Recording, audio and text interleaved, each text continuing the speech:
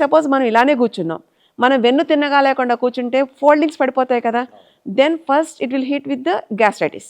Okay okay. So తిన్నది అరగదు, మనం మాట్లాడుతూ కూడా నోరు తెరిచి తింటాము, సో ముద్దతో పాటుగా గాలి కూడా వెళ్ళిపోతుంది.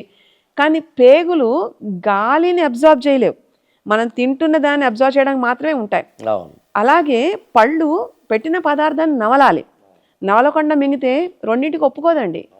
పళ్ళు చేసే పని పళ్ళు చేయాలి. దంతాలు ఎంత స్పష్టంగా నవలగలిగితే బాడీకి అంత తేలిగ్గా జీర్ణం అవుతుంది. పేగున్నది దానికి ఉపయోగిద్దాం.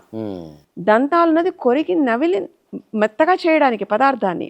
అలాగే మనకుంటే గ్రంథులు వాటికి కలవాలి, సెలవా గ్లాండ్స్. ఏమీ లేకుండా మింగేసి మనం ఇలా అరిగిపోవాలి, నాకు రోగం రాకూడదంటే ఇది ఎక్కడి న్యాయం? అవును. You should question. అంతే. అవును. అంతే తప్ప రోగం యొక్క పుట్టుక కారణం మనమే అవుతున్నాం. అవును. అలా కాకుండా కింద కూర్చోవడం, ఒక ఆసనంలో కూర్చోవడం, ఆసనం will make your mind at calm. Okay. ఒక స్థిరత్వాన్ని తీస్తుంది, ఒక ప్రశాంతతను తీసుకెళ్తుంది, ఒకటి దాని పని అది చేసుకునేలాంటి ఆలోచన మీరు చూడగలుగుతుంది. అంటే కంగారు లేకుండా, తొట్టుబాటు లేకుండా నిదానంగా మనల్ని ఎంతవరకు రియాక్ట్ అవ్వాలి అక్కర్లేదు అనే మన ఎమోషన్స్ని మీద ఆధిపత్యం వహిస్తుంది. సో ఇంత ఆసనం యొక్క ప్రాముఖ్యత పూర్వం ఏనాడో చెప్పబడింది కదా.